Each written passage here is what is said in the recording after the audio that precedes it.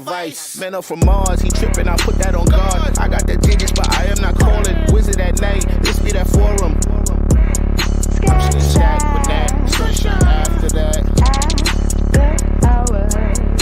Shooting stack with that, sunshine after that.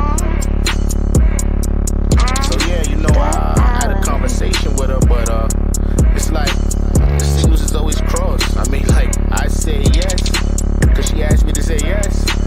And then she's like, I didn't want you to say yes. I wanted you to understood that a yes was required to answer the question. I was like, what?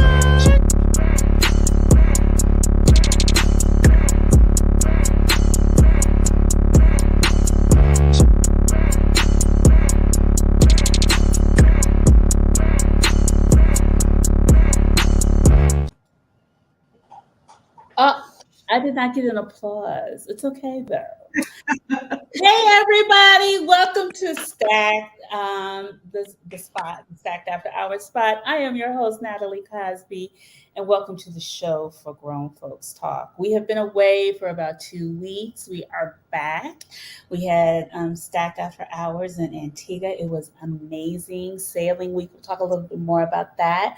But tonight, there's been a lot going on. And one of the things I know we wanted to really cover was this interview with Amanda Seales and Shannon Sharpe. So we're going to talk a little bit about it. So y'all get ready, get your cocktails, get those fingertips loose, because we want to hear your comments and questions for tonight's panel. And here at SI, we keep it lit and enlightening. Let's bring in our panel.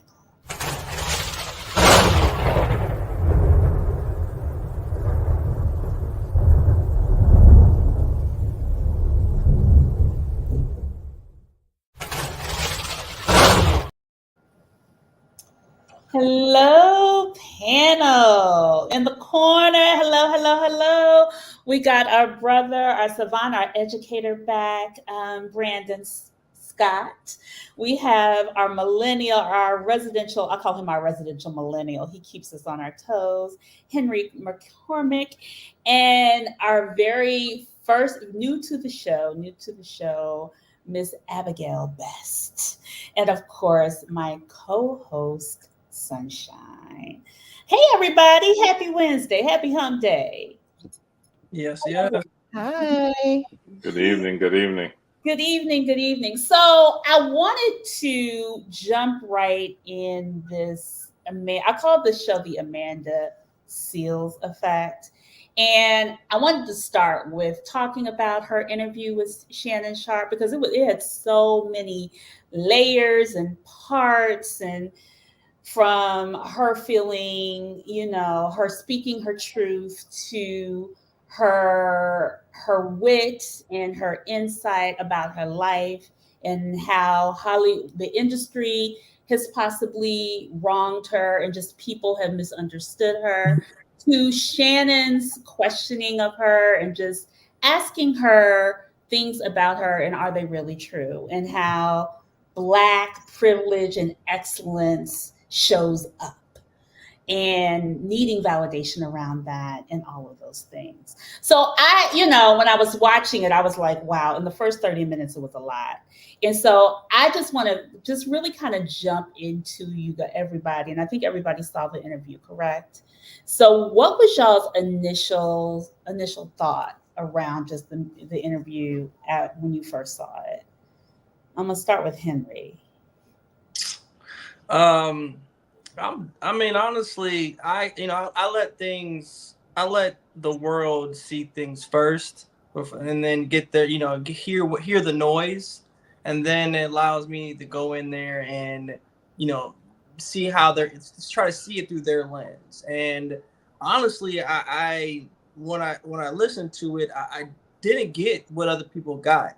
I didn't get this narcissistic persona or this very needy type of feel. I mean, honestly, if I would have met her, if I met her in real life, like say she wasn't famous, she was just that type of atypical personality that I would have met in the, in passing, I would be interested in talking to her. I mean, she she's well educated in the way she speaks. She seems very self-aware, and and that's very rare, especially amongst just normal people in general. Just kind of understanding their story, what brought them there, what their strengths and what their weaknesses are.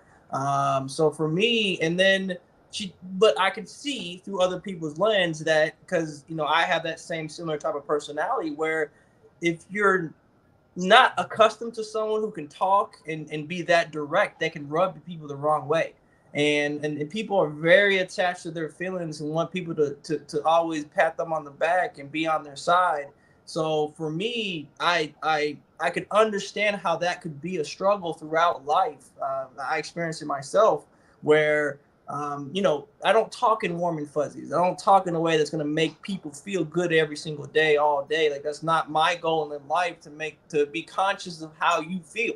My conscience is to speak truth, and truths talk, more than anything else. So, I can definitely see it from other people's angle, how her vision and her truth, as they say, can be very self-centered because that's what it is. I mean, it's her truth, so you expect it to have a very single-minded lens when it comes to be. But I don't think she went at some people's neck, and she wasn't name calling people or disrespecting them in a way that would want people to react in a negative light.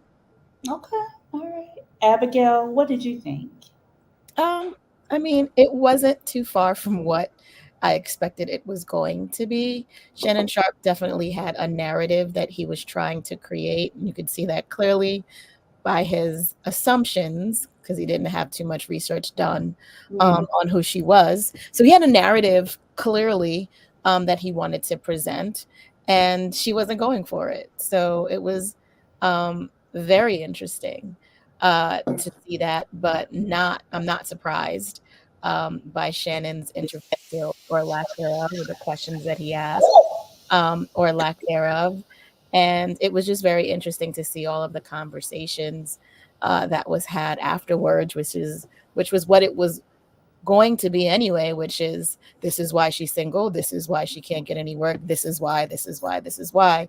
And then taking away from her being a black woman, and B, being someone who's in a very predatory industry and has had the experiences that she's had.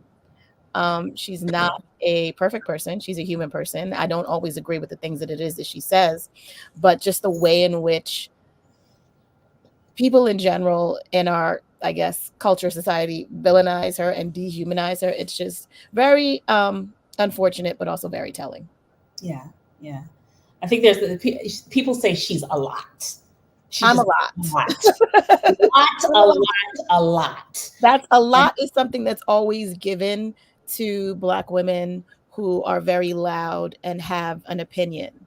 Then you throw onto that respectability politics, which is it's not what she said, it's her tone. Like we can take any tone, we've all had these experiences as women, working in corporate environments where no matter how, no matter how much you play along, the minute you question something and just go, it's what's the face for, you're being aggressive, you get labeled as the angry Black woman. No matter what you do, it's damned if you do, it's damned if you don't.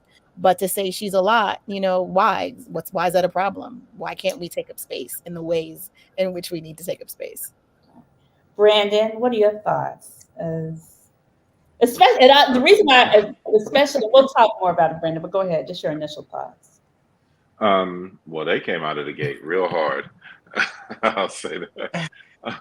But I actually saw it a lot like in similar ways that both of them saw it. I saw someone that had been hurt.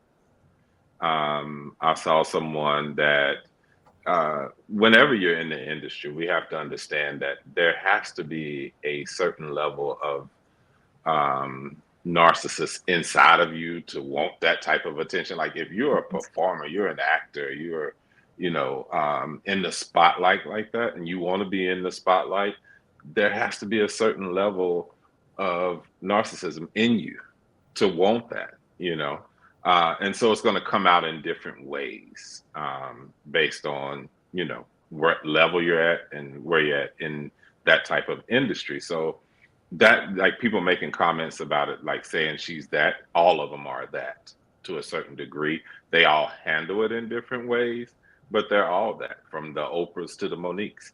They all have that in them, as well. And you see it, and it comes out in different ways. One of the biggest things I've thought about over the last 2 days since I watched it initially is how, as much as a people, we say we don't want to be considered a monolith, and like we're all different, and we've bought into that narrative that that's what we are, and we immediately start to project who we are, our experiences, and our thoughts onto somebody else, that they have to think and act and be like this to be considered what our perception of Black is. And we do it, from back in the day, saying someone acts white, or, that type of thing, because they spoke a certain way, or they dressed a certain way, or they came from a certain environment. Like, we do it to ourselves. So we are definitely our own biggest enemy in that. And as much as we try not to be that, it's happened to us for so long that we just continue to perpetuate it with each other. And so I think that's what happens in these spaces. Like, she's in and she's been in until she gets labeled, difficult to work with, and all these other labels that get put on her. But I think it's definitely, as we go throughout this conversation, deeper things that we have to think about and talk about, as well as her mentioning her diagnosis and that type of thing. Like, some people felt like that was her trying to get a pass or something like that. So, that was my initial thoughts, is that I saw someone that was hurting or had been hurt. Yeah. And that was operating in that hurt, in that pain. Space. And probably been operating in that space for a long time. Anthea, I know when you said you just finished it and you were worn out. I was worn out from the first minute. What I saw was, yes, someone that was hurt, but someone that also had a very hard time taking personal responsibility. I understand that there are things that happen in the industry, in corporate America, even in our everyday lives when it comes to Black women. But I just thought that she came there with a chip on her shoulder. Yes, Shannon did a terrible job in doing his research. So he automatically had a profile of who he thought she was. But I just saw someone that just could not take personal responsibility for anything that happens. Every story she showed up, somebody hated her, and then they just had it out for her. In no story did she ever say, or I heard between sleep and wake, that she said, you know what? I kind of was rude to that person, so maybe that's why they had a little attitude with me. Nothing. Everything was just, everybody did this to me, and that's it. So what was interesting, because I know she spoke about her experience with the teacher and checking her teacher, like her teacher was racist.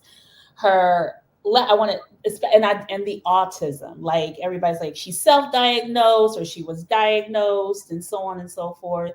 And Shannon Sharpe got a lot of heat for supposedly asking the questions for clarification or putting it into a different spin or perspective around that. What were your thoughts around just his perspective and his questions about her experience? Because she did get triggered. Did she not? I don't know if she got triggered or it was a little bit of a sting to her. Like she was like, this is my story. So just your thoughts when he was asking, and he got a lot of fire for those particular, especially those two things, the racism and the autism. Well, I would say that kind of goes back to a cultural issue that us of African descent suffer from here across the globe, especially in America, is the lack of understanding of mental illness and mental defect. His first question to her was for her to articulate the spectrum of autism.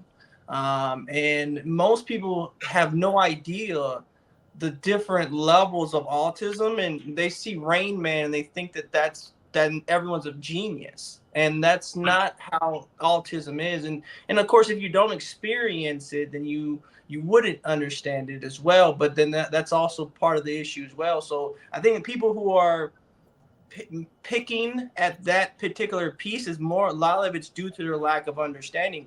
If you are on a spectrum, on that spectrum, you're, especially if you're high functioning at that, where she's able to perform and have, but there's going to be some missing, what we would consider normalities in how people communicate and understand language and tones, and how people understand social cues that, what we consider norm in this society. They're not gonna understand in the same way, or if they do understand it, it's a learned behavior. So they've seen it and then now they're replicating it. They don't truly have the grasp of that understanding.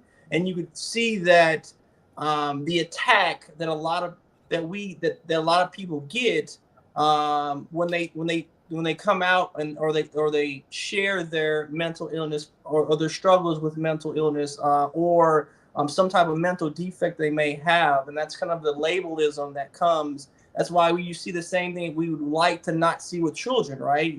If a children gets labeled a certain way, then it essentially carries with them throughout their whole life. So you can see that attack, of that, because if that was the case, and I don't know her personal life, I'm not a doctor, but coming from someone who's been in that field and understand it a little bit better than most, I think that that's part of the conversations that need to start to be having, is that if that was the case, then yes, she would be affected in how she communicates and how people perceive her, and those missing social cues that she may have not got, or Hold on. Was she, so from, I've heard two different things. People say she was self-diagnosed. People say she wasn't clinically diagnosed. I mean, either way, I get, she took a test and she diagnosed herself as having, what is it, ASD, autism spectrum disorder, which is now renamed. It's a formal. It was Asperger's before, right? So I think a lot of people felt like she, from what I was hearing, is like it was an excuse for her behavior. I think that's what a lot of people felt like. It was not because she was not necessarily clinically diagnosed, or she, I don't know, but I mean, let's put go ahead. Let's put a different spin on it. Let's say if it was, it'd be the same thing, and this is just, again, just a different metaphor, is that people attacking a mother who just had a child who's going through postpartum depression, right? Because of the way she's acting and how she's feeling, and just, and again, I haven't experienced that obviously, but I've seen it from having children, is how that can affect someone in their day to day, and that might not be their normality, right? And someone might be attacking, or their spouse might attack and say, hey, why can't you do this, or why do you need help with this, and you ain't the same. And so those type of mental, again, defects that can hinder someone's normality is what we would call, right, how they normally act, or what society considers normal, can definitely change, from day to day and setting to setting, and those different mental defects can come out differently in different environments as well, around different people. Right. So Just go ahead, Abigail. And you had 2 points to the first question. I think the main thing here is no one ever bothers to question what the origins of the Shannon Sharpe and the Shannon Sharpes of the world. When you look at who Shannon Sharpe has the outside conversations with, I do believe the better way to put it, he's part of the manosphere, where there's a lot of women blaming, Black women blaming, a lot of, he belongs to the crew of men who, I date white women because Black women were blah, blah, blah, blah, blah. So you have to fully acknowledge, understand, and accept where his mentality is and what he was trying to do when he decided to interview her. And from the onset, it definitely seemed that he had an agenda. And I think everyone has to acknowledge that, because that does take up a lot of explanations as to why this woman who appeared on the show was put on the defensive and why she spoke the way in which she did. And I don't think that should in any way, shape, or form be ignored. The second thing is, when we speak to, her autism, being on the spectrum or whatever you want to call it, inherently, I believe in all of us. And I could say that everyone here is Black. When you come across a bunch of cops and they're looking in your direction, we all have some type of reaction to it. So as a Black person, to constantly have your experiences be questioned as to whether it was your attitude or your tone, when that no matter what it is that you say as a Black person on this planet to a non-Black person, there's going to be a very big chance that you're automatically going to be perceived as saying something negative that does kind of create that um unconscious tension and stress within you when you're in certain situations.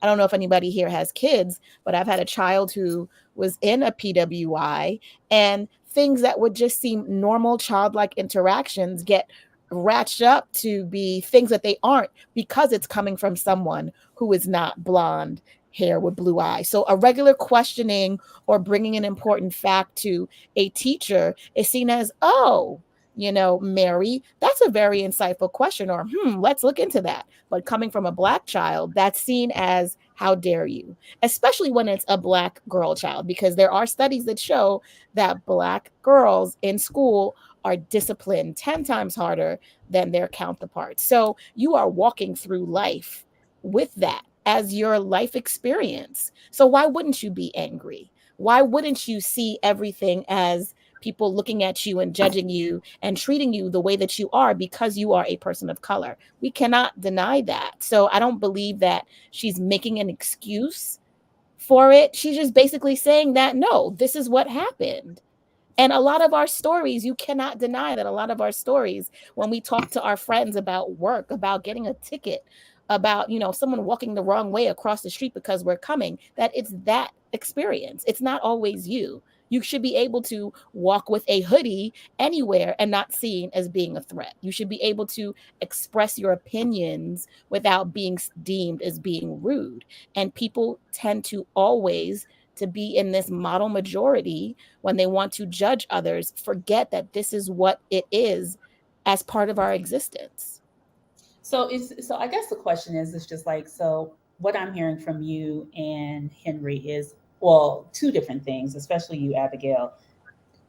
Does she feel like there's a constant target on her back with in how she has, and just in how she expresses herself, and highly misunderstood? And then I think the other thing, even though whatever Shannon said, especially about the teacher experience, and Brandon, I want you to kind of speak to this because you are an educator. When he was saying the teacher just may not have wanted to be questioned, even though what the teacher had said possibly could have been deemed as racist or not mindful or not in a culturally responsive way. I just, is there, when someone like Amanda Seales hears a counter narrative, is it always going to be her on the defense, or do we always automatically go on the defense instead of receiving? Now, I'm not saying you have to agree with the perspective, but I just want to know, like, is it always labeled something, as Abigail kind of, I don't want to say that's what you spoke of, but I understand what you're saying, Abby, and with Brandon, I was just curious with that. Well, number one, when you start having conversations like that, you have to have an expert there to make sure that you're explaining things from a scientific or medical or psychological perspective. I can only speak from my experience as an educator. Anytime you start talking about some type of diagnosis like that, you want to make sure that, all bases have been covered and you're not just throwing something out there as an assumption or something like that. So I think it was more in the way she brought that up or presented it that made it seem like in that particular interview, it was could be viewed as an excuse or some type of cop out for the experiences that she had. And maybe in that moment, she couldn't comprehend or fully understand, like, that's how this is going to come across. That's what this is going to look like. I agree with points that both of them have made, and again, I feel like we can all have our points. My thing is never to make you feel like you need to agree with my perspective. It's just for us to share all of our different perspectives and start to learn from each other. That all five of us watch that, and all five of us have a different perspective about it. So I think that one, I think Angela, like, you gave Shannon Sharp way too much credit. I don't know if he's that intelligent that he had an agenda for this interview. I think this is something new, and he's a novice in this space. He's used to talking about sports and those things that he's way more comfortable with from where he came from. And now he's interviewing people that a real broad base of topics and subjects are coming up. And it's just entertainment. I don't even know if he could be that strategic to have some type of agenda to go there with Amanda. She knew that. And that's where others might say she was being combative. Like, right off in the beginning of the interview, she corrected him and saying, like, you're not going to take away from my experience, and they had that exchange, and it looked like that interview was ready to go way left, and it was going to have a long night, and they were able to come out of it and, get into the broader perspectives of the conversation. So you could see his experience with her.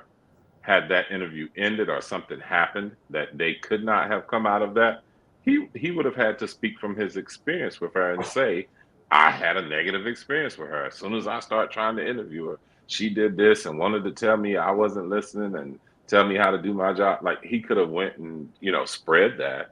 So you can see how we saw it live, how something like that could have happened if they weren't able to just stick with what needed to happen and go ahead and go through the interview.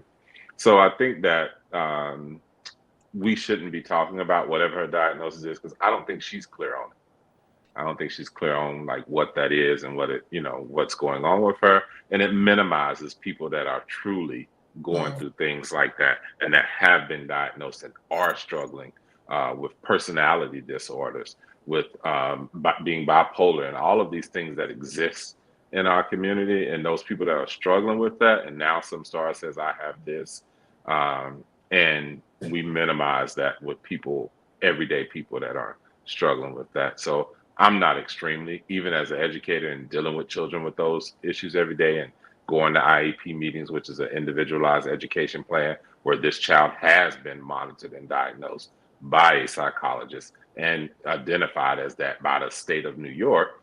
I feel comfortable about talking about it in those spaces because I know those children and I work with them every day, and I'm aware of how I need to work with that child when they have a moment to get them out of it.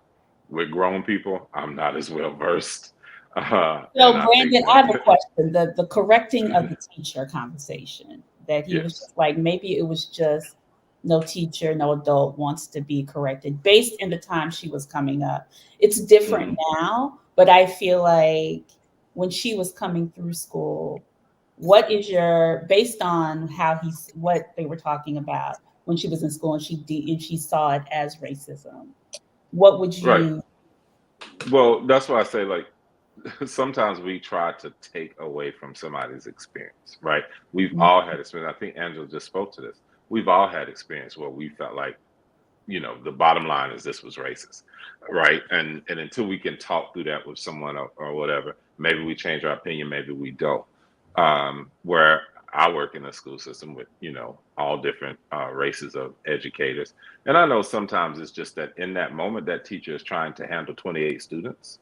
And if something happens or she does something, it can seem different. Now, somebody can come back and say, oh, I saw her treat Becky and Heidi differently than she did Jasmine and Demetrius, so they can come back and say that because it's real. They saw it. And so it means something different. And so it looks different, right? Because she's handling children of a different race differently. She might have asked children that are not of color. She might have answered their question or responded to them. And a Black child may have not gotten that same response. So we've been led to believe, and because of our trauma in this country and the history of this country with its birth defects, we've been led to believe like 90% of the time those things are racist. Like it's just real. And I see it on a daily basis. And the point that was made too about, black children in general, black girls and black boys, being the recipient of that at way higher percentages. I don't have specific percentages, but definitely I can tell you from my own experience, it happens at a high percentage. And when we don't have certain ones of us, because it's not just having a black person, you got to have a black person in that role that understands as well. So I know when they get sent to my office, my job is to find out all the details and then try to, support the situation, help that child maintain their dignity, speak to the parent and speak to that educator, so that I'm covering all grounds in those situations. Because, people will say that. And I had a young black girl go home and tell her mom, "Mommy, my teacher does not like brown kids."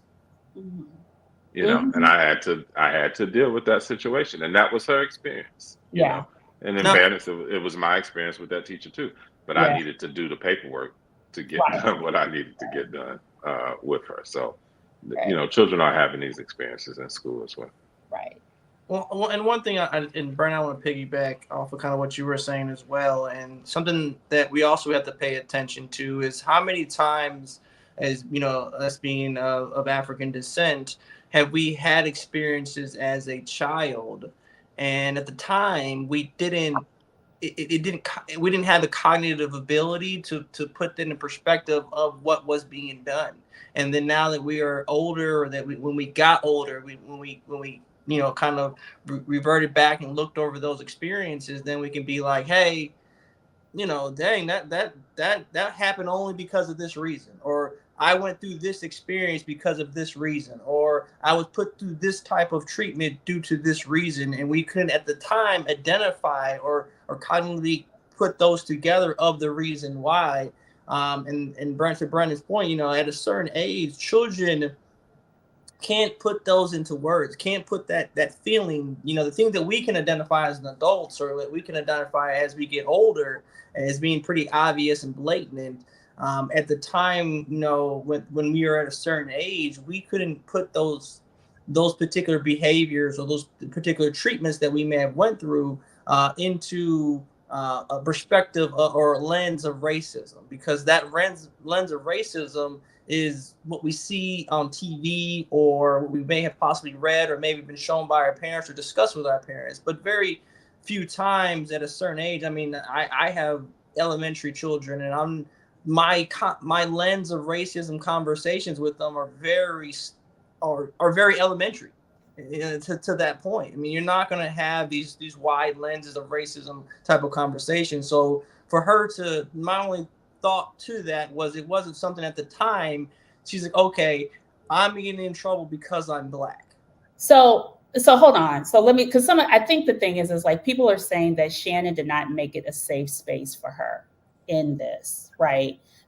There's two sides to this interview that I kind of want to, and I think this happens even in daily lives. There are a lot of people who don't feel, and I'm talking about when you're with Black people, right? Especially in Black spaces are not always safe spaces. So, and somebody said Shannon didn't make the safe space for her, and she went in there thinking it would be. And I think my question is just like, what is a safe space? Because it's a safe space where you don't have any counter arguments. Is a safe space where we have to agree on all fronts. What is a safe space in Black spaces? And I don't think one second. Can I just piggyback on what you're saying, Natalie? She also said that Issa Rae did not provide a safe space for her either. So there's a pattern of looking for this safe space, or whatever it is, whatever that safe space means. She also said people didn't protect her either. Right.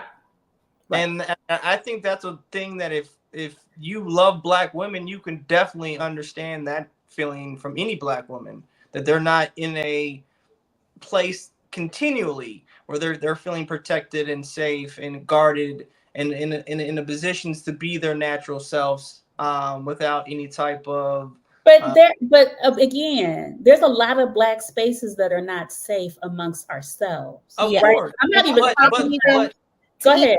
to even start from one of the reasons why she wanted to be on Shannon Sharp's show was because Essence Magazine, the Black women's magazine, there for upliftment and enlightenment, ran a very bad piece on her.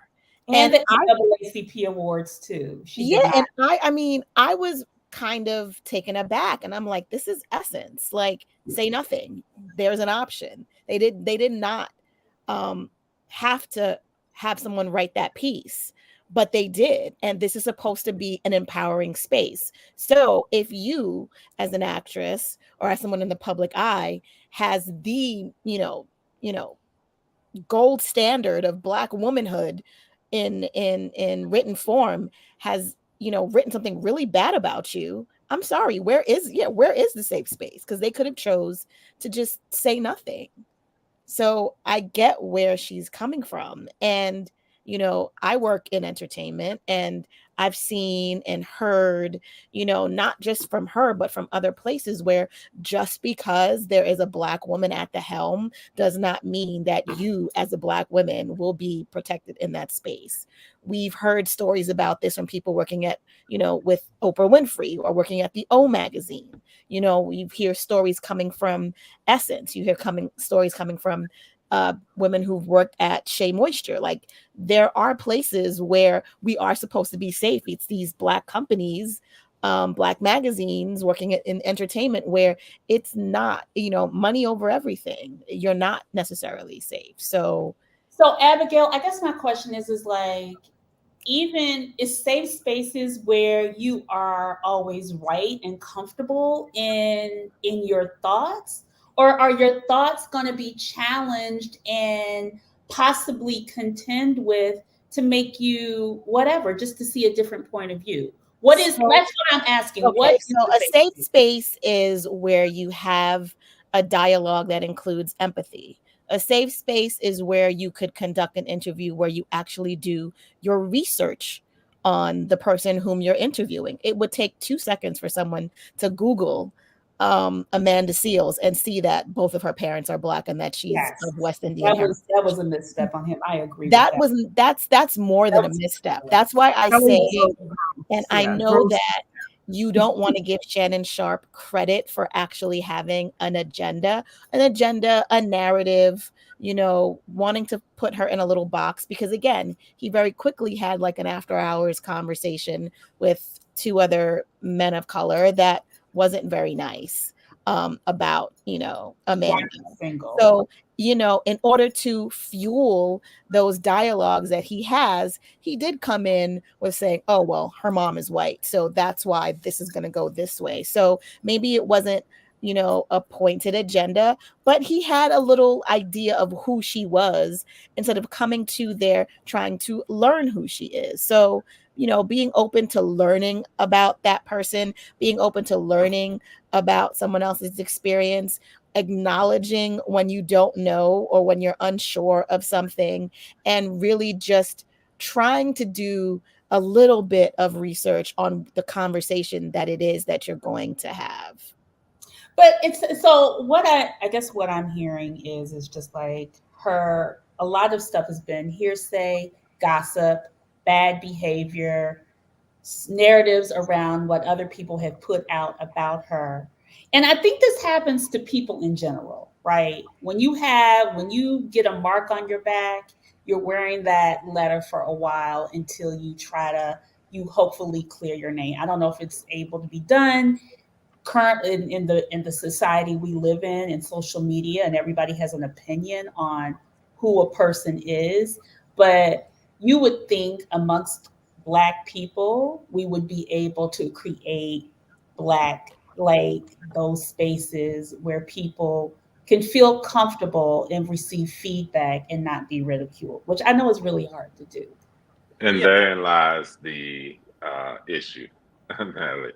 when we start speaking about Black spaces. And the issue is that we put expectations on each other that we're not always able to live up to. I expect you to do this or act like this or say this or be there for me simply off the strength that you're Black. And that's not how it always will work. You have some people who, are, going to, I don't want to say ride or die, but, put themselves out there for the Blacks and that type of stuff. But sometimes they get burned by Black people. And they say that they do those things and they do it, several times, and they get burned several times by a Black person. So then they say, well, I need to take a step back from y'all.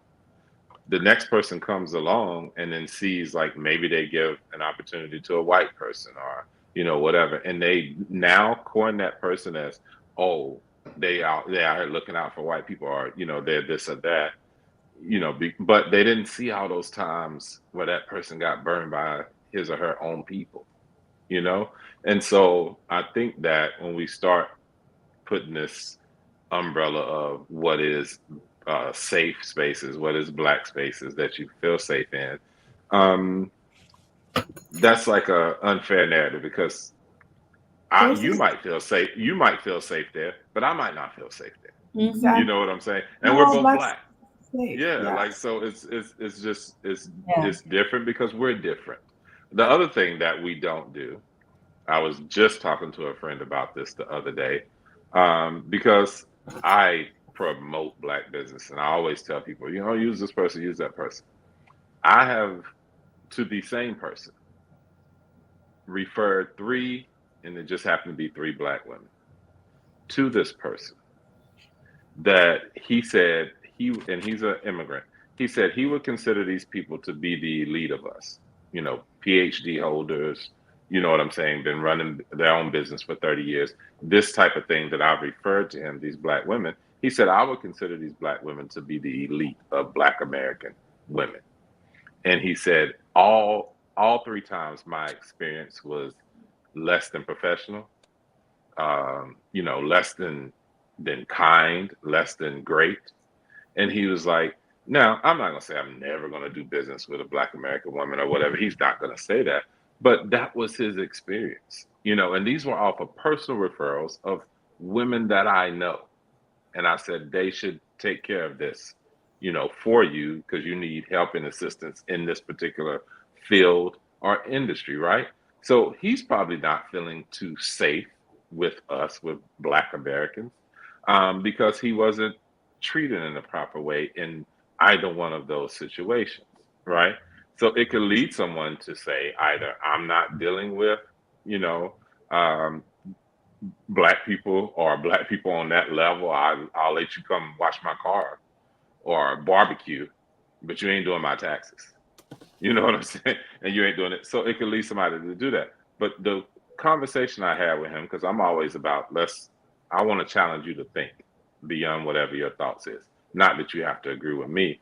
Is it often in those situations we're not giving each other the feedback? Because we go and say, I'm gonna let the Jewish man do my taxes. I'm gonna let the white man do the construction of my house. I'm gonna let, this person do this, whatever the case may be. I'm gonna let the Mexicans mow my lawn.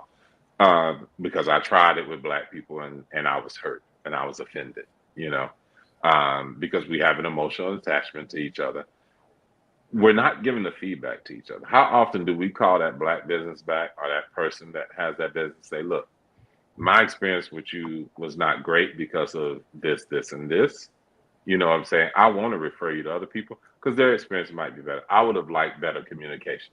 I would have liked, this or that from you. That's how I operate, and that's better for me,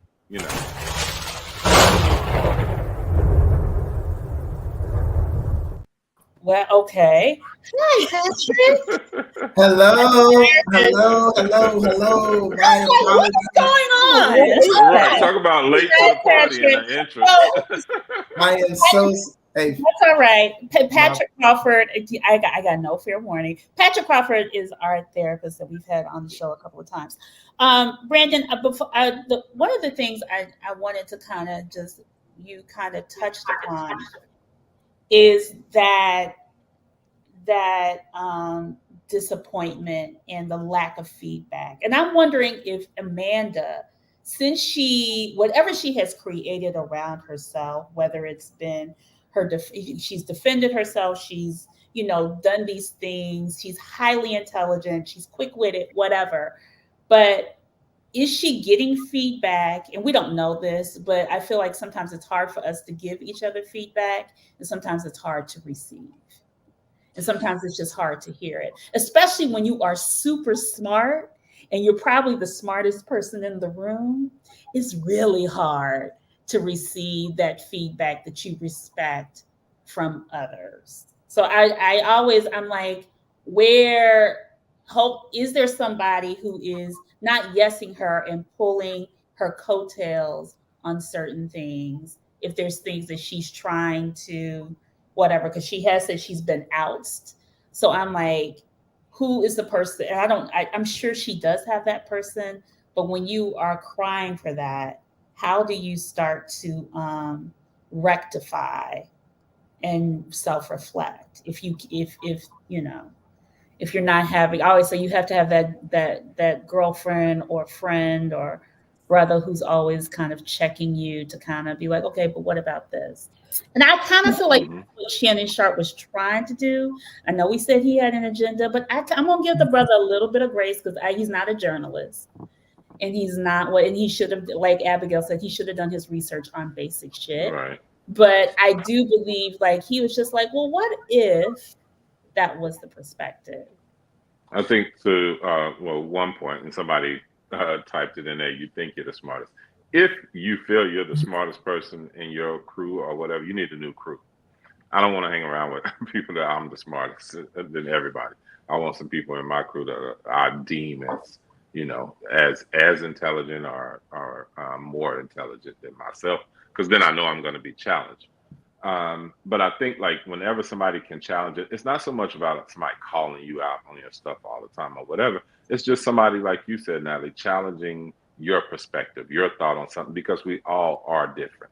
Just like we all can sit here and talk about Amanda in this perspective, I still go with, I saw a hurt individual. I saw somebody that was hurting and was speaking out of that hurt. And until they learn how to come out of that place of hurt, they're going to find themselves back in the same space every single time. Same with Monique. Like it reminded me so much of what Monique is doing, right?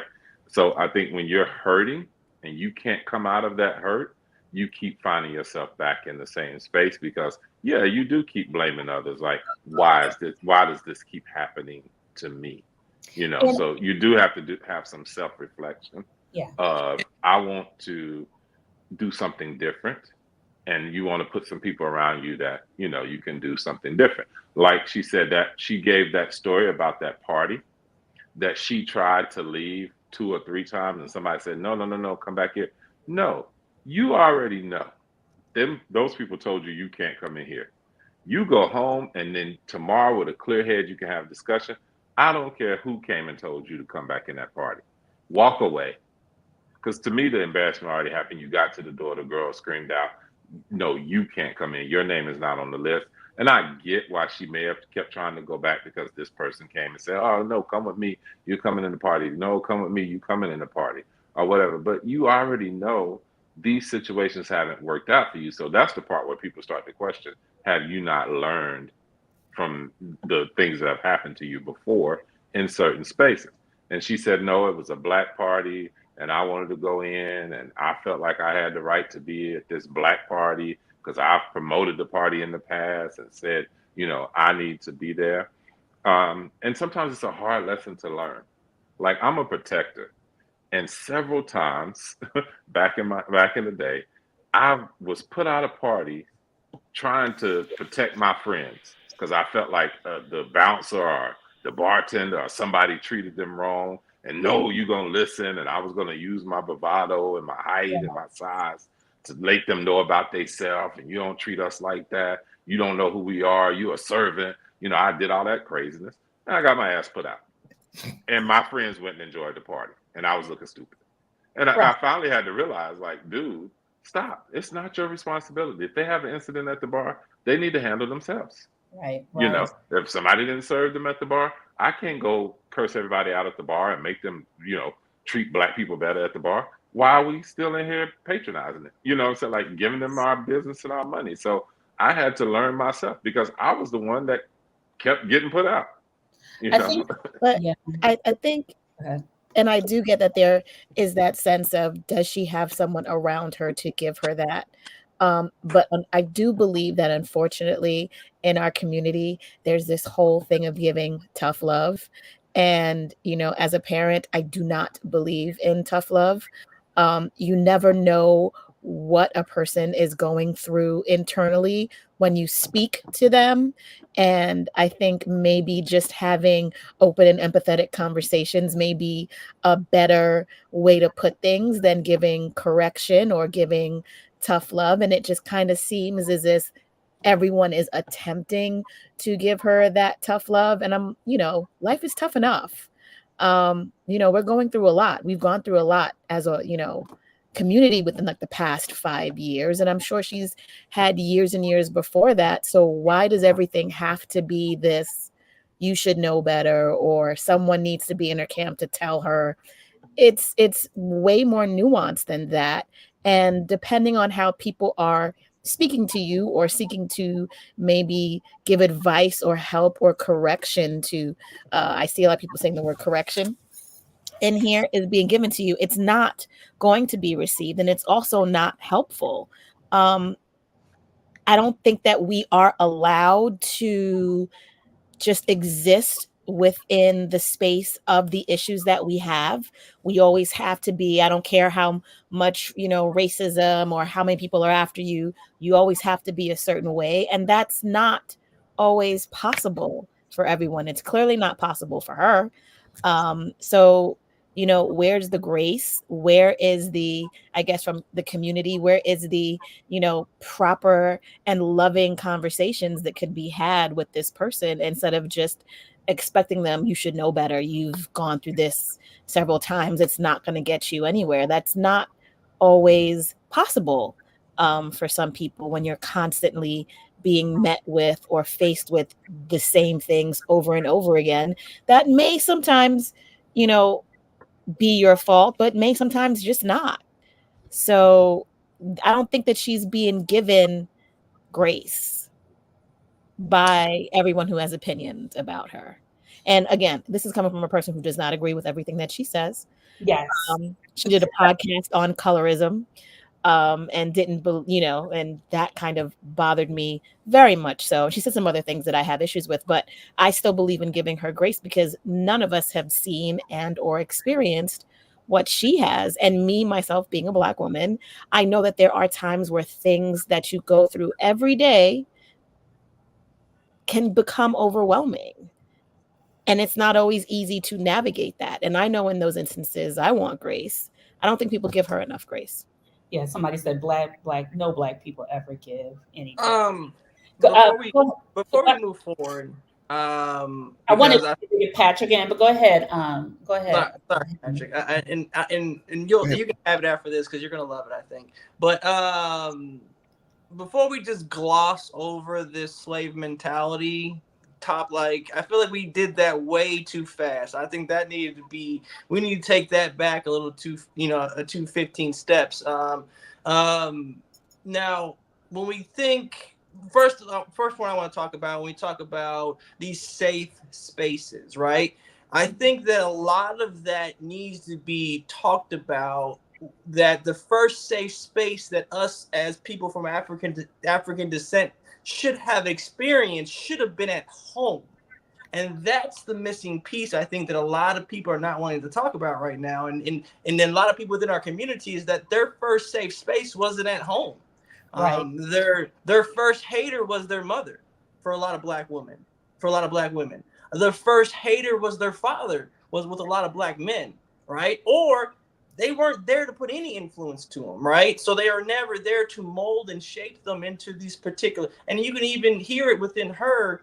Her father was there, but he wasn't this profound has profound existence into her life. You can hear it just from the way she was speaking, and when she was talking about the people who influenced her and who had made a difference in her life, it was never her father, right? So the first safe spaces that with people within our community have to experience has to be at home.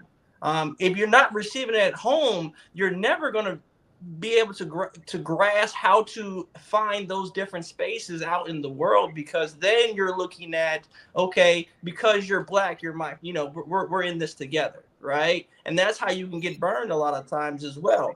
And not only with that, I think that when we think about safe spaces too, is in what context are we talking about these safe spaces? Because trust me, and we all been there before, when there's about 5 black people in the room and there's 100 white people or others in the room. Who do we normally gravitate closer to? I mean, that's been proven in. We go to like spaces. People who look like us and we think are going to think like us and feel like us. Exactly, right? Because that feels safe for us, and then we've been taught that. It's been indoctrinated into us at a very young age, right? And that's a safe space for us. Even, trust me, it could be all 6 of us, and then if we spread out over 100 people, I'm gonna find my way to a few of y'all, I promise. Right? That's because that's what's safe. So we got to look in the context of what we're talking about, a safe space. Now we're talking 100 black people, then we're going to start having some conversations, and then do your morals and values and things that you like correlate with what I like as well. Then we can talk about different things there. But with safe spaces, it can be in a completely vast context of what we're talking about. So I think that when we think about safe spaces in this particular instance, when we talk about, did Shannon provide a safe place for her? As a black man, she should have felt safe with him. And that also is another issue, right? Why was she not feeling safe with a black man, right? That's where I think that, for me, I am the most safest in a black woman's presence. Because and again, and I didn't even come from a black woman, but she can understand me and how I feel in my most vulnerable moments. So I'm automatically gonna give her grace for that period alone. That's just me. Can I say? I think they both had and I don't know if they both had. When I first watched the interview, and I watched the beginning twice, he's like, "Can I have a hug?" She said no. As they started to break the ice and break ground, I think towards maybe halfway through the interview, a little bit towards the end, she said, "Now can I have a hug?" Because I feel like sometimes it's not going to always be, when you get to, especially with someone where there's all kinds of preconceived notions. I'm going to try to give both of them some grace in this, because I feel like it was a ping pong. But I have to just say this. As a woman, we do not have to hug someone that we don't feel comfortable with. Absolutely. And I respect, let me say this. I respected her boundary of saying, "I ain't ready to hug you yet, Negro, because I don't know you." That's what I felt when she said that. She's like, "No, I don't hug people until I trust them." And that's her space. Patrick, I wanted you to go ahead and talk a little bit more about these safe spaces, but really in this Black intellectual realm, this Black privilege realm that I feel like we all kind of sit in. Thank you guys so much. As I said earlier, I do apologize for being late. As I was listening to the conversation and during my drive, there were so many things I wanted to just chime in on that were so factual. And I think that what we sometimes do is we become very dichotomous in our thinking. It's either this or it's that. It's never inclusive of both. So when we were talking about, even in a good discussion, we're talking about with safe spaces right now.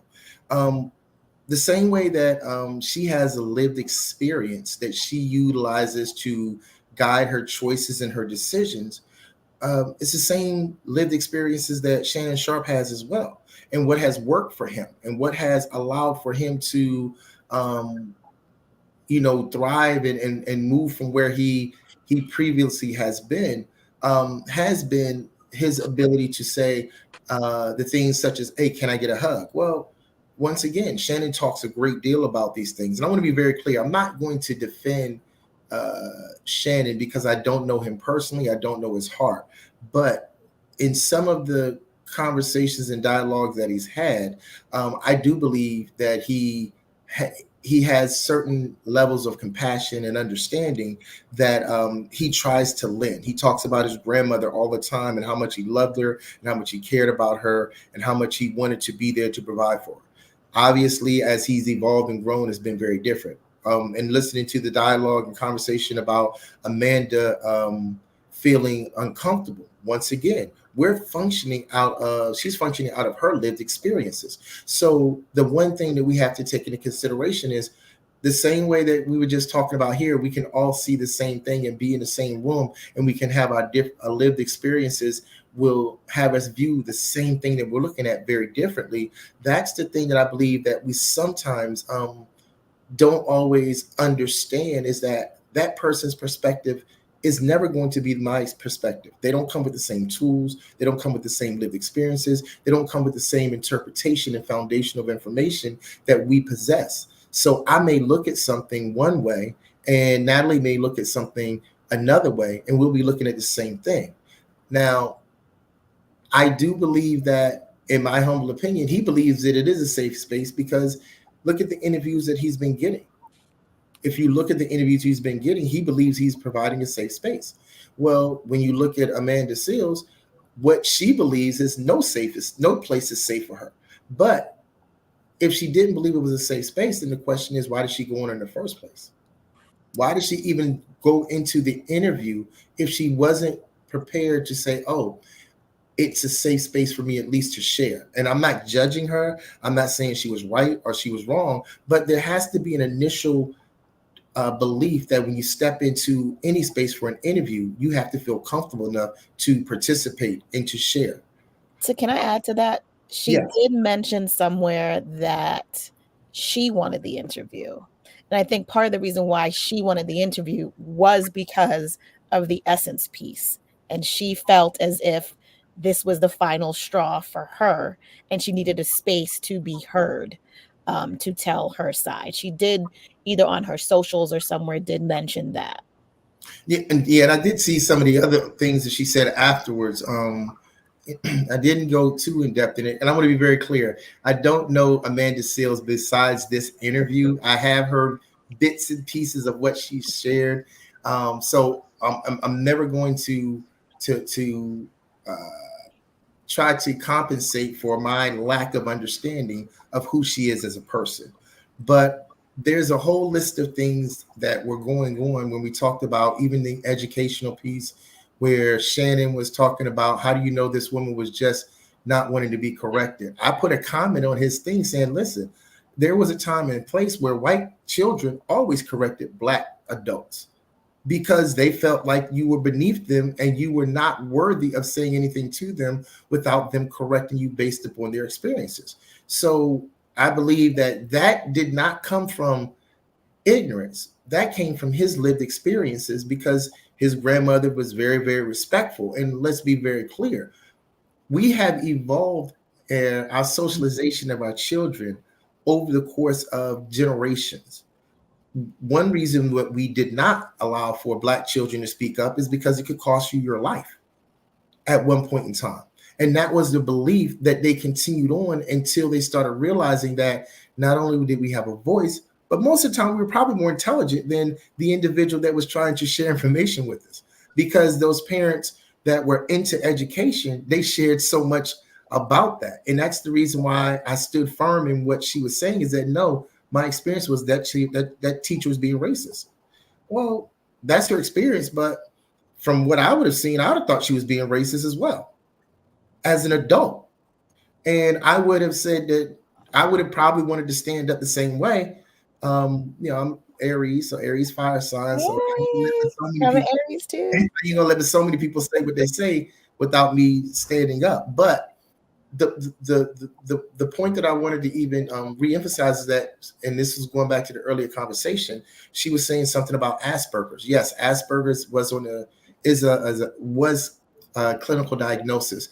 And the one thing that I want people to understand in lay terminology is this: Asperger's, or anybody on the spectrum, first of all, there's not a true test for autism to be on the spectrum. So all you do is you go by and you start to eliminate other things, other diagnoses, and you can do certain psychological testing, but it would never tell you that you are on the spectrum. There are symptomologies, there are behaviors, and then you have to get into the duration and the frequency of how often this has occurred. But if you make it through school, which is the predominant place where a lot of the childhood diagnoses come from, if you make it through school, then as an adult, as you said earlier, you're an adult. You done made it. And she's doing fairly well financially for herself. So therefore, she doesn't have a diagnosis. But I can tell you from research that 1 in 4 people have a mental health diagnosis. 1 in 4 people in this country. That doesn't mean they've been diagnosed with it, but the reality is they present with the symptomologies. They do have these areas in their life that are impacted, and they shy away from it, and they stay in their comfort zone where they can excel with the things that make them uncomfortable, that make them comfortable, and they're able to say, oh, you know what? I don't have to venture into that area that's going to make me challenge. I'm not going to have to venture into that area where I have to show my vulnerability. I don't have to venture to that area where people can see me for less than I am. So when we are sitting up here and we're discussing it, and as I went through this interview more and more, I think at times she was defensive, but as you said earlier, she was functioning out of her hurt. She was functioning out of the hurt, and she was reliving that. And I believe that at times she was seeing the resistance from what Shannon was saying as a reflection of those people that had hurt her previously. So she had to stand up for herself. She had to make sure that she was heard. But at the same time, I don't think that Shannon had any ill will towards her. I think that he did lack a lot of information that would have been very, very important to make her feel comfortable and make her feel safe. But when it comes to a safe space, it takes more than just a blanket interview to say, I feel safe. If that's the case, Patrick, can I ask a question? Because people are like safe spaces, or you have empathy and all that other things, but can safe spaces also be uncomfortable? Can safe? Yes, they can. It should be. They should, but I feel like that's not. They should be, but are they really? If you're driving in your car and someone cuts in front of you out of nowhere, prior to that situation occurring, did you feel safe in your car with you behind the wheel? Absolutely.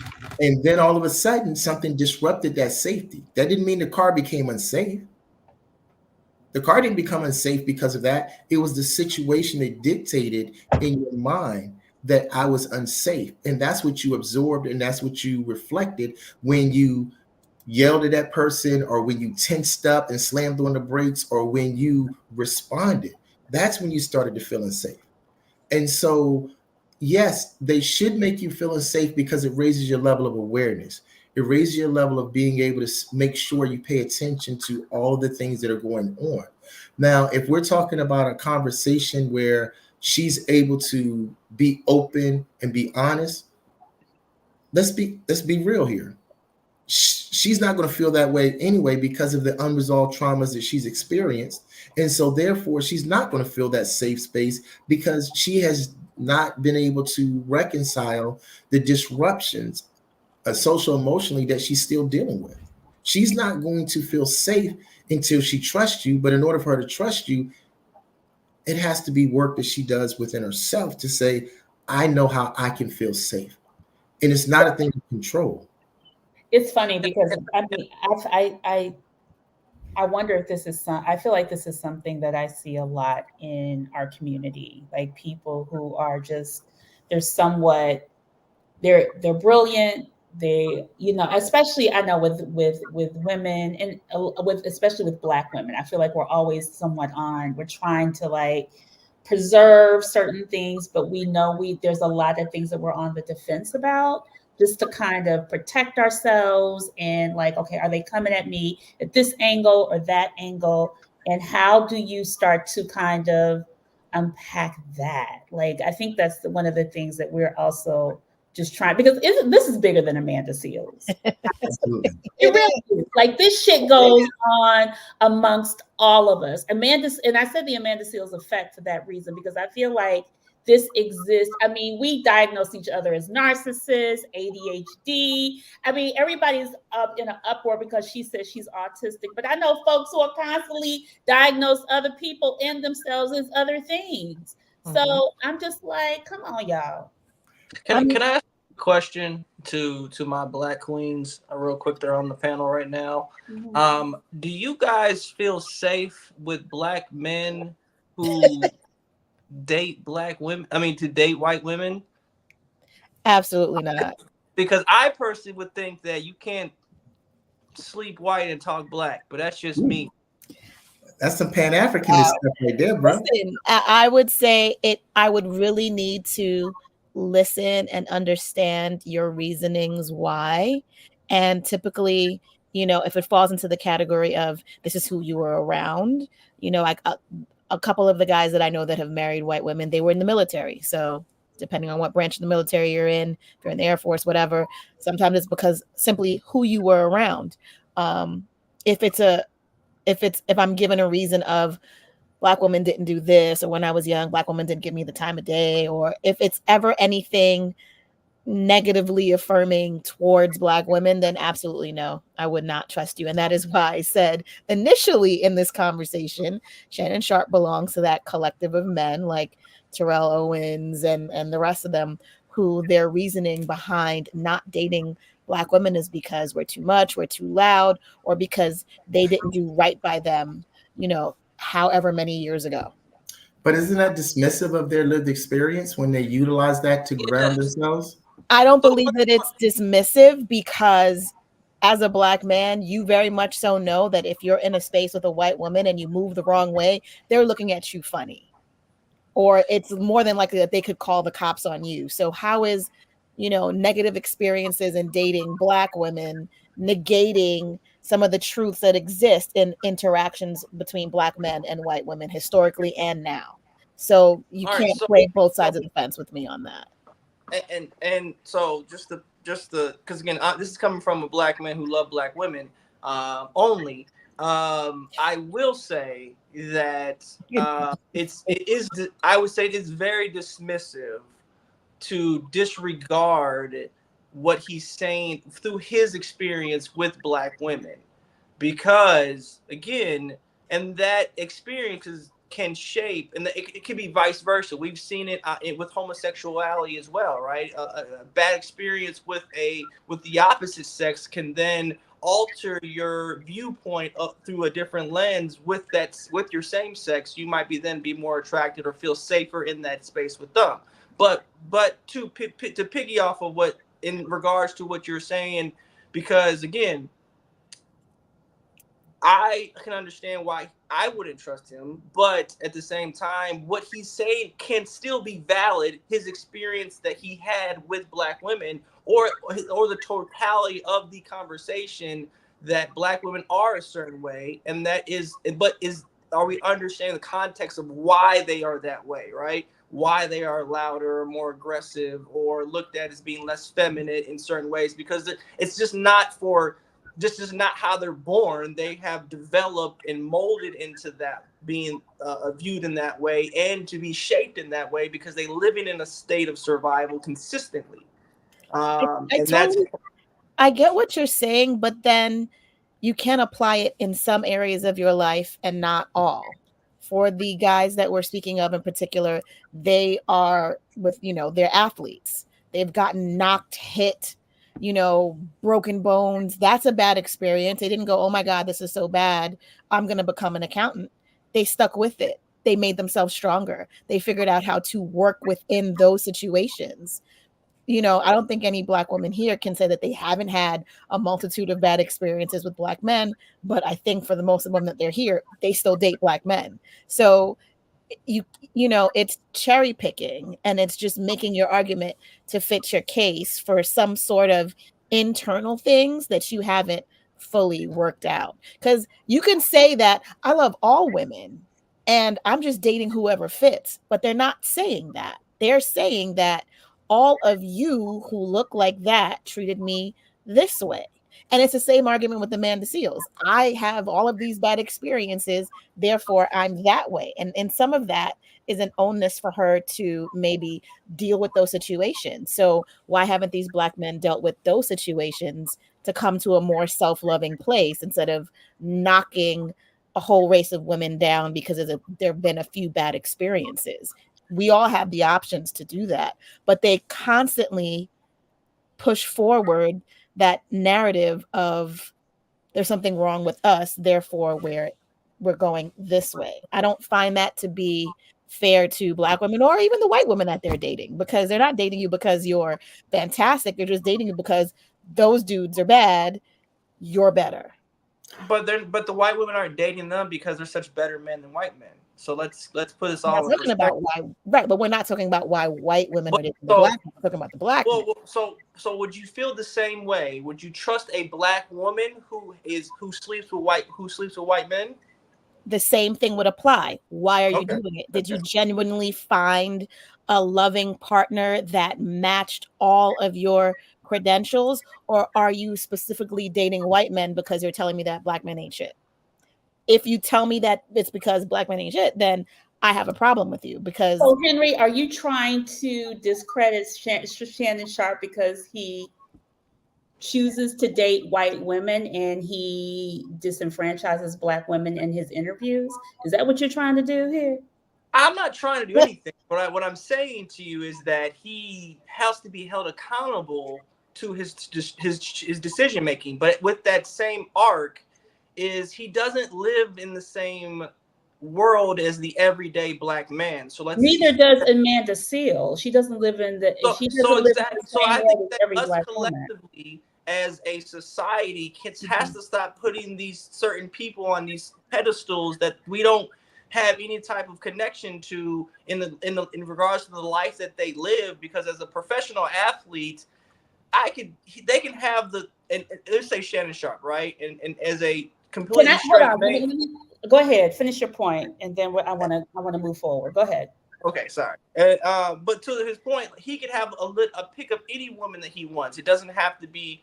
It could be purple, green, yellow, blue, or orange in regards to the way they look. He's going to get the highest quality regardless. But he's choosing to put his energy, let's say that, into people that don't look like him in regards to who he wants to spend the rest of his life with or spend his fortunes with. So how does that correlate with the Amanda Seales interview? Can he have her best interests at heart when he's having these conversations? Can he come from a place of empathy? Can he come from a place of compassion when he looks at her? Because is he viewing her as something better because she is Black, a Black woman? Me personally, I would be, like I said before, I would feel safer with a Black woman, and I would treat her with a certain respect and dignity before I even knew her, before I had to have conversations, because of who she was. I'm trying to understand what it is that you're saying. Are you saying that he didn't provide, or he cannot provide that needed safe space? I think he's saying is he capable? Yes, but that is right. No, if that is right, but that is what I was saying at the beginning of this, is that Shannon Sharpe, somewhere in his mind, be it purposefully or subconsciously, has a preconceived notion as to why she is like this, which is why those questions came about the way that they did. And I'm not sure if everyone saw. I guess he has his own after hours too. He does. He has nightcap. Yes, with two other Black men who all fit that narrative of blame towards the Black woman. They all had this conversation about why she's not married or why she's single. And it's I have to disagree. I'm sorry, Abigail. I have to disagree. I mean, we can gracefully do this, but once again, the one thing that was the foundation of the discussion previously is that the lived experiences are valid for the person who has lived them. And the one thing that we have to be accepting of, as we say, give grace, is that Amanda Seals' lived experiences have shaped her choices and decisions, and she has internalized the responses of others based upon what she felt was right and appropriate for her. But that's the same thing that we have to do for Shannon as well. Shannon he adores his grandmother. And when I say he adores his grandmother, who is a Black woman, and he says it proudly in him growing up, he says it very proudly that he loves his grandmother who passed away. Now, the premise is that because he is dating outside of his race, then can he be empathetic? I believe that people can be empathetic because that's a humanistic trait that everyone possesses. Now, can he adapt his empathy to the culture and understanding? Because I would venture to say that both Amanda and Shannon are very, very similar at both, but at different ends of the spectrum, because it seems to me that while they are extravagant in their presentation, they want to be the normal Black person, but have the financial means in order for them to continue to do what they do. Shannon is he wants to be one. He wants to be here. I want to be one. I want to be a homeboy. I want to be.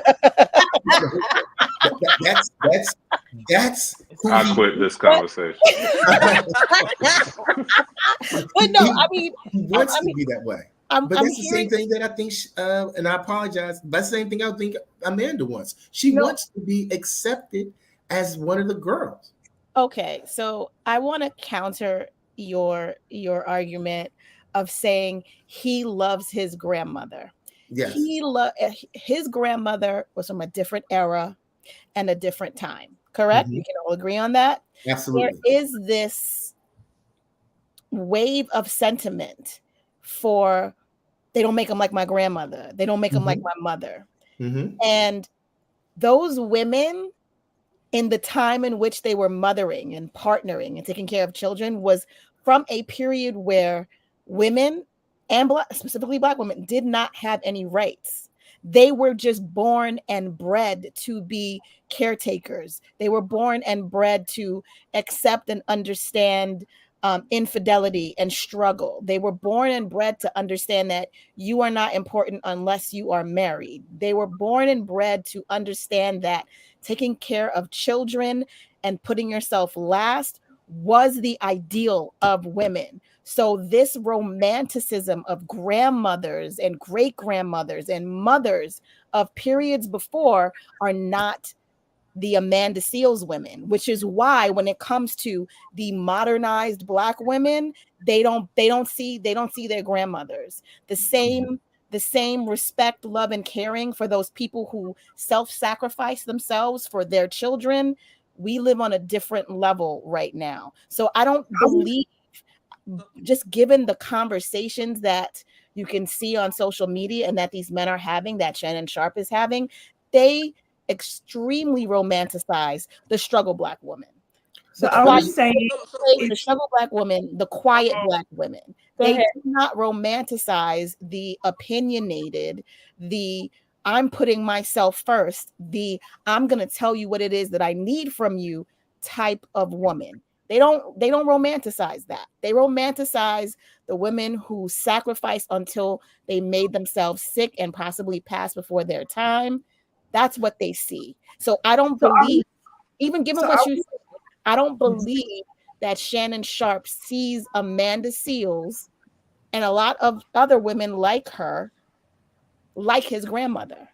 So are we saying that if the interview had taken place with someone else who we probably trusted to love Black women, are we saying that we think that it would turn out very differently, or Amanda would have been I believe so. I believe Go ahead. I believe so. I believe if there was someone there that wasn't there for clickbait, because Amanda Seales right now is very much so clickbait.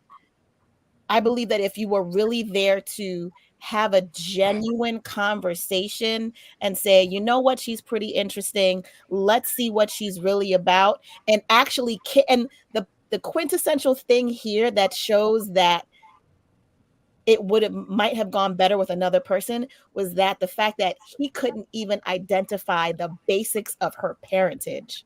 He didn't spend So 10 minutes worth of time to care about what he was putting out there to even do that. That was first thing number one. so But the didn't overall you? Can I say something real quick, Anthea? Just to your point, that last point you were making, I agree with you that sometimes that can be the case where a man of a certain age is looking at what black women used to be. But I will say it also has to do with your financial power and where you're at. So I would say any wealthy man is looking for a subservient woman. So it's not just because, of his background or whatever. So I think in general, and those men that you're talking about, him and Ocho Cinco and those other men that talk like they're looking for that type of woman. You know what I'm saying? So it's not just about, the feminine. yeah. So I just wanted to clear that up too. I think it's Yes. it's because of I his status. agree. Anthea, Yeah. go ahead. Sorry, go ahead. So there's an overall theme in this interview with Amanda Seales that she's finding excuses for everything.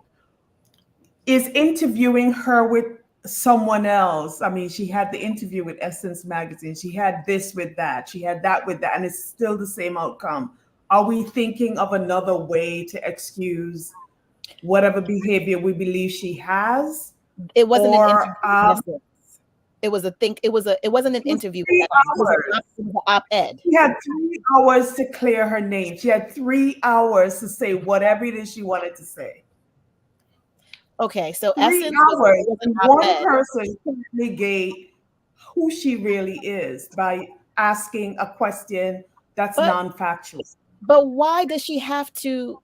But I think what she was trying to do is to say, why has she seemed as a problem being who she is?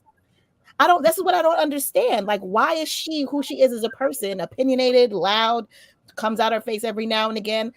Come on now. We are all many ways Amanda Seales. I'm sorry. I don't see anything too different in the behavior or in the conversation or the, I'm going to tell you what I'm thinking.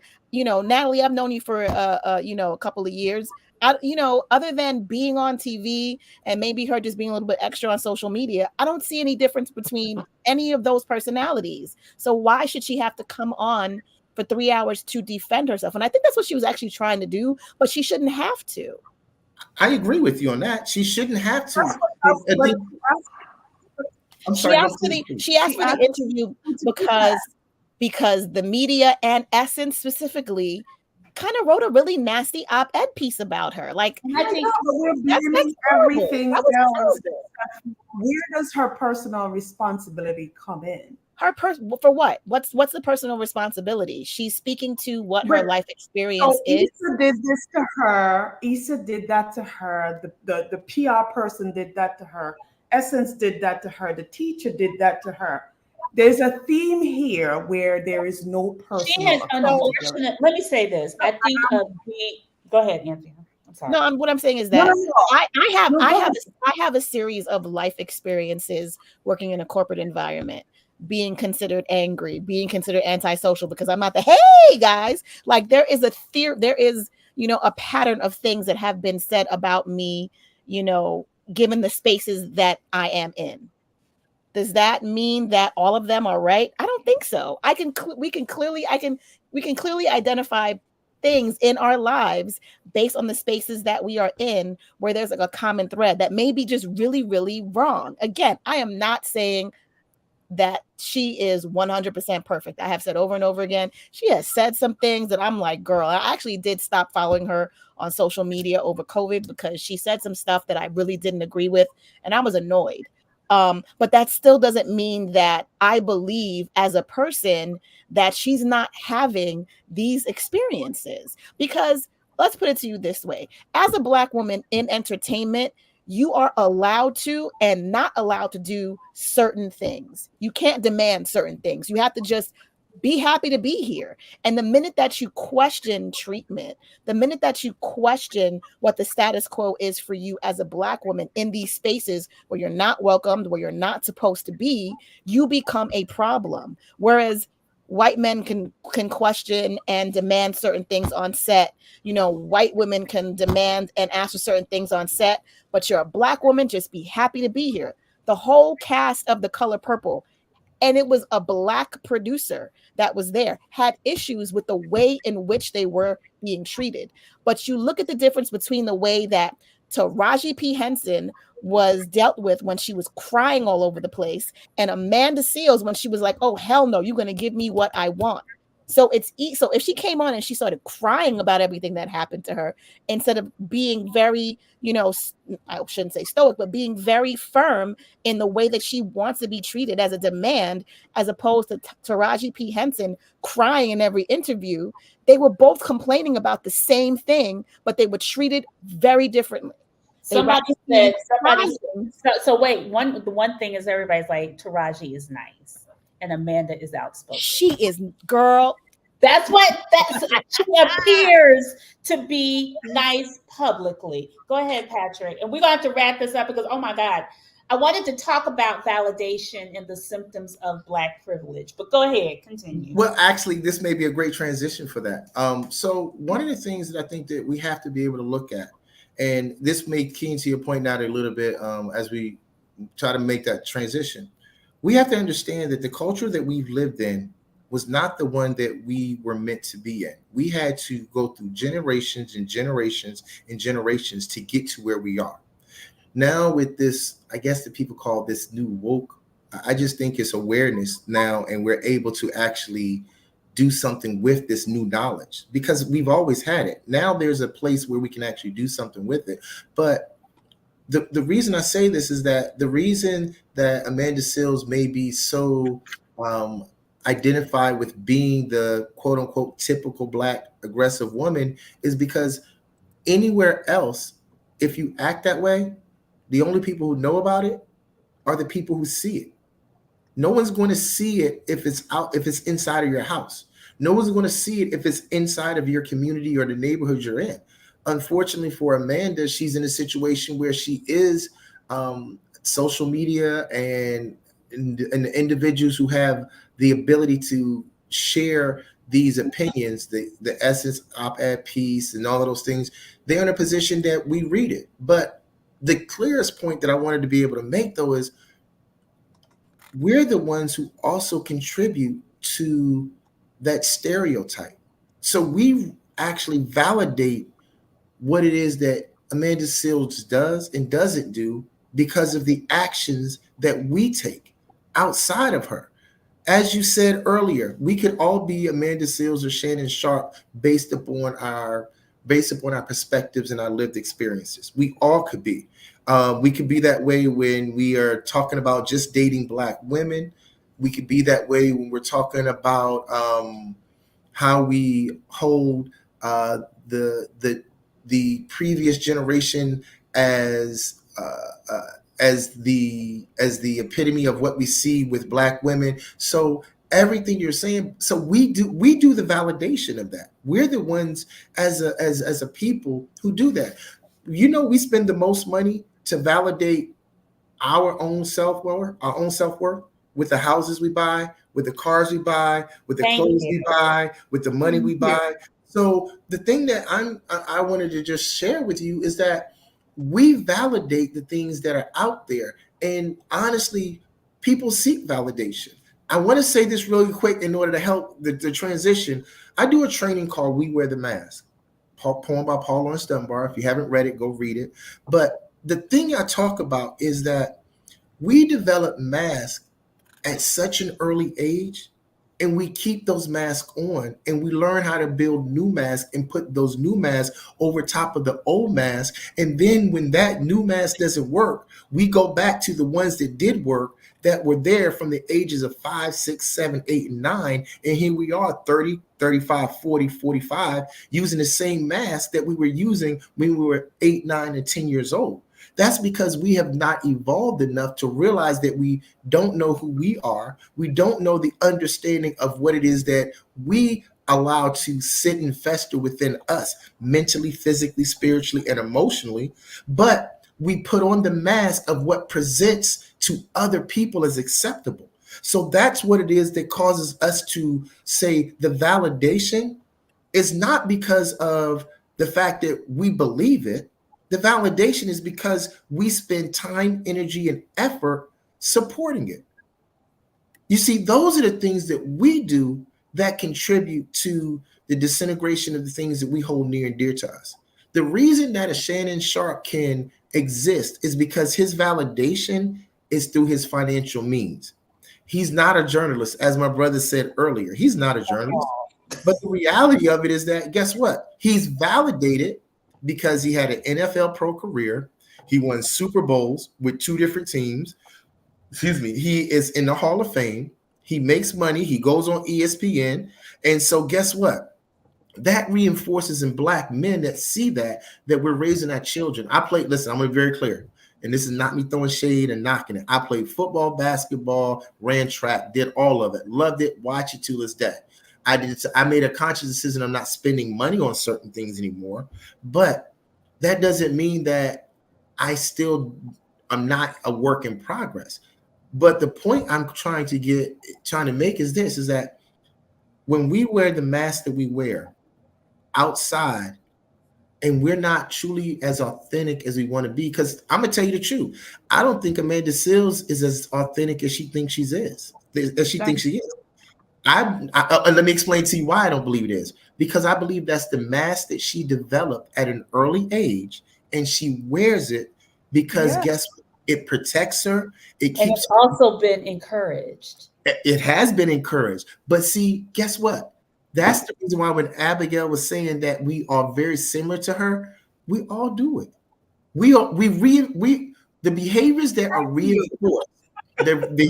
reinforced, are the behaviors that we give to people. And then when certain people don't like them, the only thing that Amanda Seales doesn't do is she does not adjust those behaviors based upon her environment and based upon the people that are surrounding her. But she may thrive off of it because it may continue to put her at the spotlight or the forefront of wherever it is that she's trying to accomplish. But if we're talking about it, we got to talk about healing. We got to talk about understanding the pain that is dwelling within us. And we cannot continue to mask those things. Because if we continue to mask them, the only thing we're doing is we're taking a mask and putting it on top of another mask and putting it on top of another mask.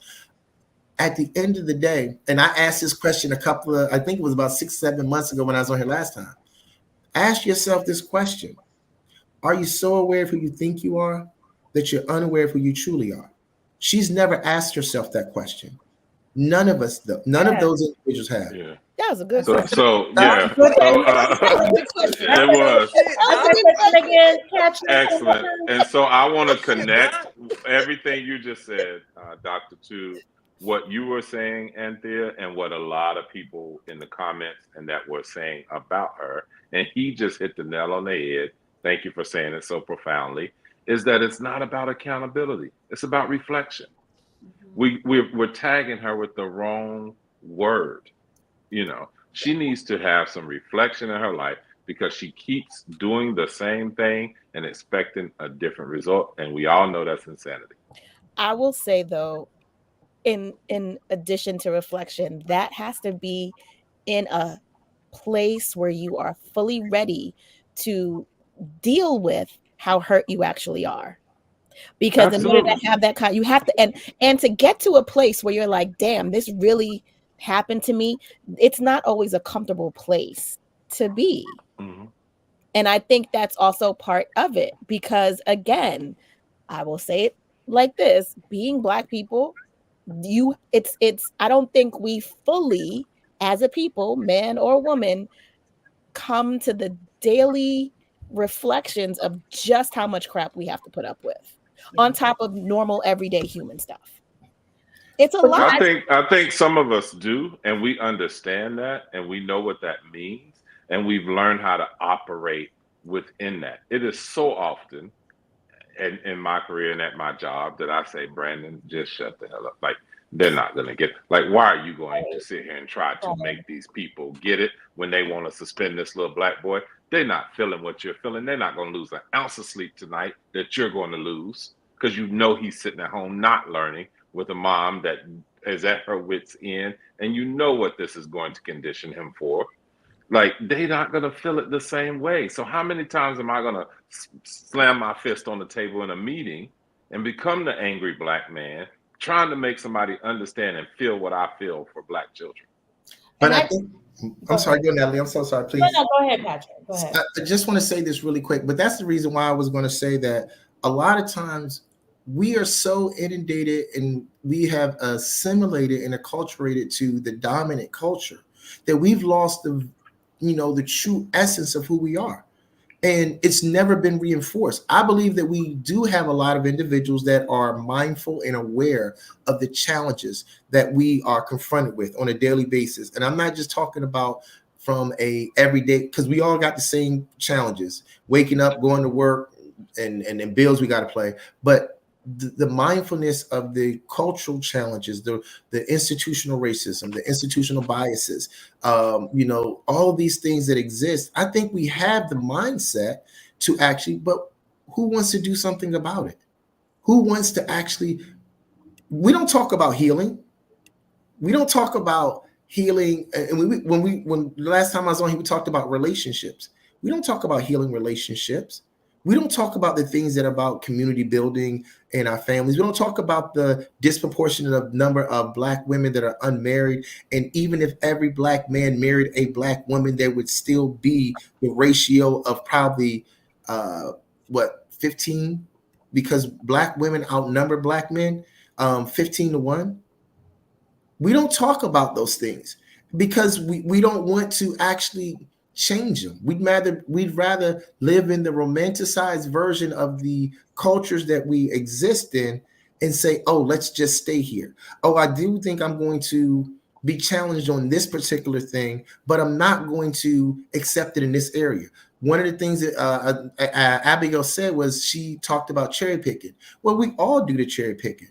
But if we're going to be honest and we're going to talk about being authentic and what it is we're trying to accomplish, then why don't we talk about all of the things that confront the ills of our community, of black individuals that are struggling with the things that we struggle with? We want to talk about the black family. We want to talk about how it's not put together. Well, let's be honest. How many black men out there can marry one black woman? How many black women out there are open to having relationships in which the father being the head of the household, the father being in the household, and other black women developing sisterhoods and being able to come together and build a family and a dominant community that allows for us to be successful? Then, so why aren't we talking about those things? Somebody said it's a new show, Dr. Crawford. I'm sorry. We are so way over time. We're going into almost 2 hours. I'm sorry. No. We could probably talk about this all night because I just feel like we're literally just hitting the surface. There's so much more. The last thing I just want to kind of wrap up is the willing to us to not, we're so quick to cancel each other. We were willing to cancel Amanda. We were willing to cancel Shannon for whatever his choices are and her choices. I feel like understanding grace and practicing grace are two different things. It's one thing to say it. It's another thing to practice it.